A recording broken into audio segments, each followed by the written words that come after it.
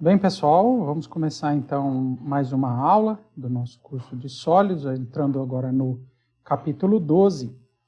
Então, nós vamos usar o modelo semiclássico que a gente desenvolveu no capítulo anterior, né, da dinâmica semiclássica, aplicado especificamente à condução dos metais, né?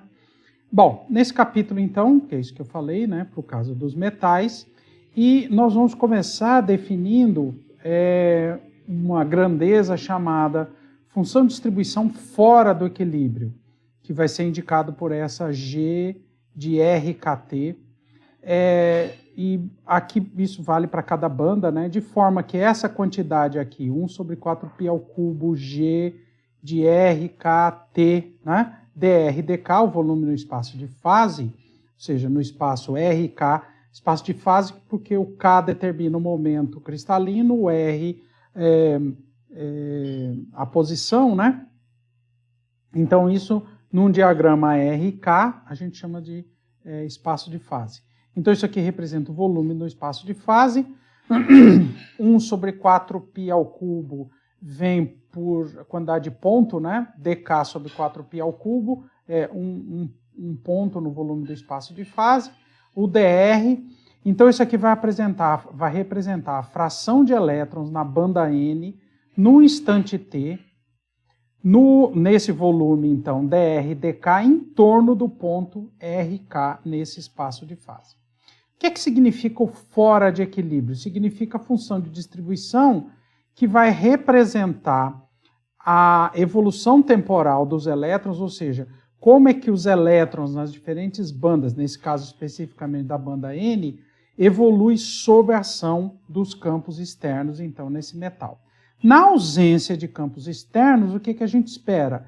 Que essa função Gn de K seja a função de distribuição de Fermi-Dirac, né? que representa o preenchimento dos estados de acordo com a energia, que depende de K, né? Então, para cada banda, e do potencial químico, que é aproximadamente igual à energia de Fermi, né? Então, é isso que a gente espera. Muito bem. Quando a gente fala Gn de RK, a gente tem que lembrar que a dependência temporal aqui pode vir explicitamente da função Gn, mas na pior das hipóteses já vem implicitamente, porque o R, a posição do elétron, depende do tempo, e o momento cristalino pode, o vetor de onda, né, na verdade, pode depender do tempo. Então agora, se a gente adapta do modelo de Drude, lembra o que era no modelo de Drude? Tinham as colisões e entre as colisões. Entre as colisões era ditado pela lei de Newton. Aqui vai ser ditado pela dinâmica semiclássica. Ou seja, entre as colisões, o R e o K evoluem no tempo de acordo com as equações da dinâmica semiclássica. E o fenômeno da colisão em si, nós vamos falar adiante, a gente vai tratar dentro do que a gente chama de aproximação do tempo de relaxação, né? Que já é esse item, né? Então, o que significa essa aproximação do tempo de relaxação? Então, nós vamos adotar a ideia lá de Drude e Sommerfeld que num determinado intervalo de tempo infinitesimal dt, a probabilidade do elétron sofrer uma colisão é dt sobre tal, onde o tal seria, então, o tempo médio entre colisões. Só que agora, como eu tenho portadores de cargas que, a depender da banda em que ele está, ele tem comportamento diferente, né? Inclusive pode ter massa diferente, né? A gente viu isso nos capítulos anteriores. Então, nós vamos imaginar que o tal, ou a sofisticação adicional que a gente inclui aqui, é que o tempo de relaxação pode depender do R, do K e da banda, né? Pode depender, então, de todos os parâmetros. A exemplo do que a gente fez no modelo de Drude e Sommerfeld, as colisões dos elétrons, qual é a função? A função das colisões é basicamente para conduzir o sistema para o equilíbrio termodinâmico, né? E como é que é feito isso, então, dentro da aproximação do tempo de relaxação atual, ou seja, usando a dinâmica semiclássica? Nós vamos usar duas hipóteses. Primeiro, a distribuição dos elétrons que emergem das colisões em qualquer instante não depende da forma particular da distribuição existente imediatamente antes da colisão. Isso aqui é uma adaptação de Drude-Sommerfeld, né? Que é a colisão meio que apaga a memória. Né? Lá falava de colisão do elétron com cada centro, cada núcleo, né? Que era independente da velocidade, momento, antes da colisão. Aqui a gente vai dizer que a função de distribuição Gn de RKT, que descreve como os elétrons estão, né, em posição, momento e na banda, em função do tempo, antes da colisão, ela não define o que... ela não tem nenhuma relação com o processo de colisão.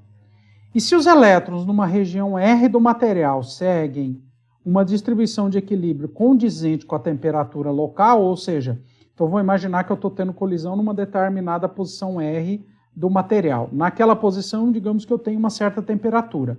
O que é que significa atingir o equilíbrio térmico? Significa que após a colisão, a função de distribuição tem que ter a cara da função de Fermi-Dirac, né?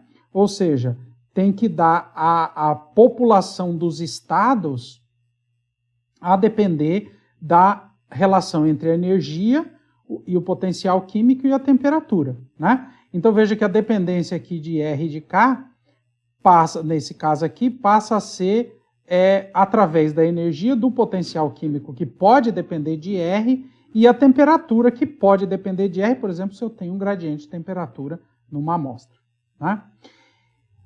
E o que significa que essa distribuição ela não vai mudar após a colisão, porque a colisão em si é o processo de reequilíbrio termodinâmico, né?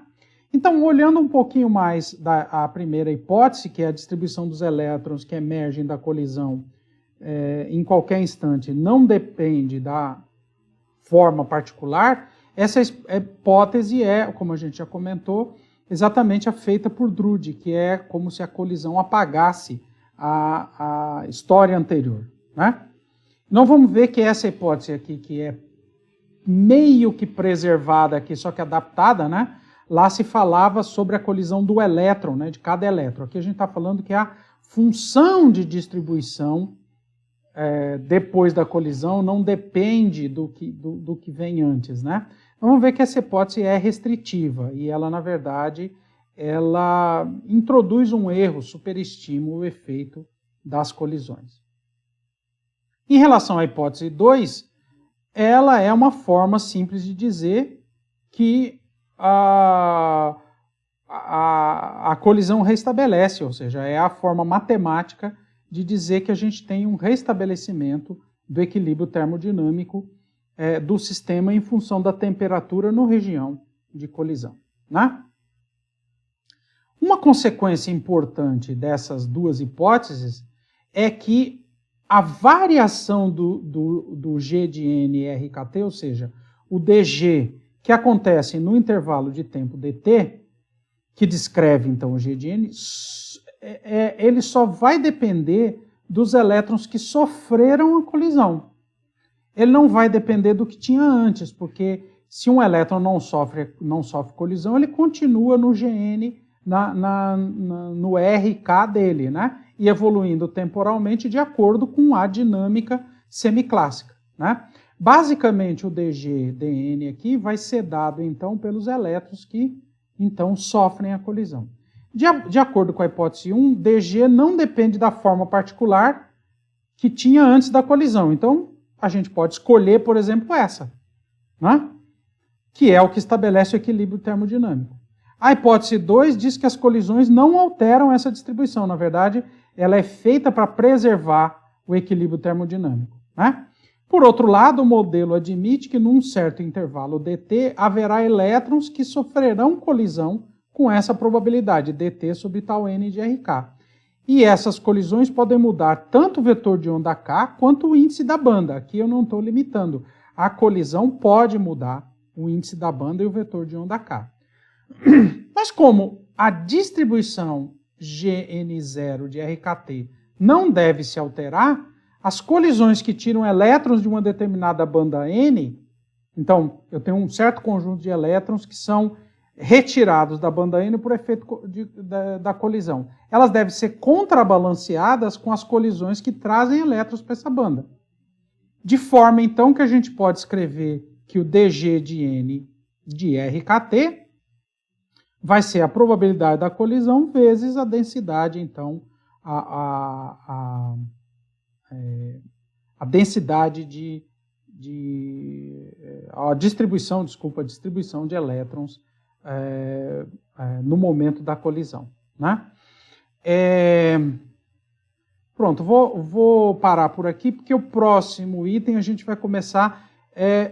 essa expressão, apesar dela ser interessante, ela não permite ainda a gente fazer muito uso direto, né? Então a gente vai precisar elaborar um pouquinho mais como é que são essas funções Gs aqui, para a gente entender, então, como é que essa dinâmica. Mas isso a gente vai falar, então, numa próxima aula. Então é isso aí, pessoal. Até a próxima.